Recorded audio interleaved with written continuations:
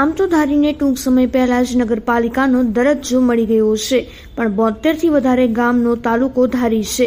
અહીં આવેલા સરકારી દવાખાનામાં અનેક એવી સુવિધાથી લોકો વંચિત છે, ત્યારે આ શ્રીને બહારથી આવતા ડેપ્યુટેશન ડોક્ટર એક આવે છે. એ પણ વહેલા મોડા થવાથી કાયમી ડોક્ટરોની નિમણૂક થાય અને ગરીબોને દવાખાને ધક્કા ન ખાવા પડે એવી લોક માંગ ઉઠવા પામી છે. અને છેલ્લા ઘણા સમયથી એમ્બ્યુલન્સનો પણ અભાવ છે. જે અગાઉ 2 એમ્બ્યુલન્સ ભંગાર ધૂળ ખાતી હાલતે પડી છે. જો રિપેર કરી ચાલુ કરવામાં આવી હોત તો અત્યારે જે હાલાકી પડી રહી છે એ ન પડી રહી હોત.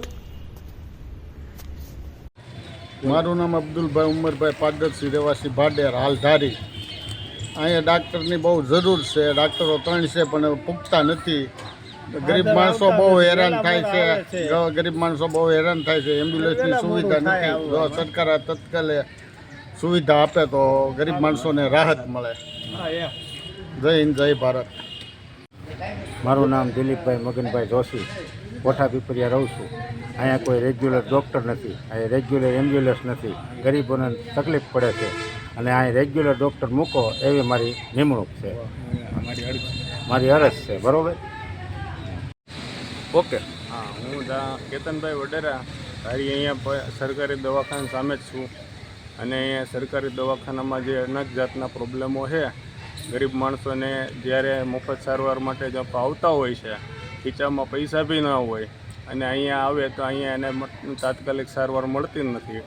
બહારથી ડૉક્ટરો ડેપ્યુટેશનમાં આવે, વહેલા મોડા આવે એમને રીતે નીકળી જતા હોય છે. અને અત્યારે આ પ્રોબ્લેમ એવા છે, જો સરકારી દવાખાનું જે કામકાજ ચાલુ છે એ બંધ પડેલું છે. સરકારી જે એમ્બ્યુલન્સ છે એ બંધ હાલતમાં છે. તો આ લોકોએ ધ્યાન આપવું જોઈએ અને આનું કાયમી જે ડૉક્ટરો હોય એને રેગ્યુલર એને આવવું જોઈએ અને એને નિમણૂક કરવી જોઈએ. નવા ડૉક્ટરો મૂકવા જોઈએ. જે 3 ડૉક્ટરની અત્યારે જગ્યાનો સ્ટાફ છે તેમાં એક ડૉક્ટર એ ડેપ્યુટેશનમાં આવે છે અને એક ડૉક્ટરથી કામ ચલાવે છે. તો આ વ્યાજબી નથી. આ ગરીબ માણસોને માટે બહુ તકલીફ પડવું છે. ધ્યાન આપવો, બસ બીજું કાંઈ અમારે કહેવાનું નથી થતું.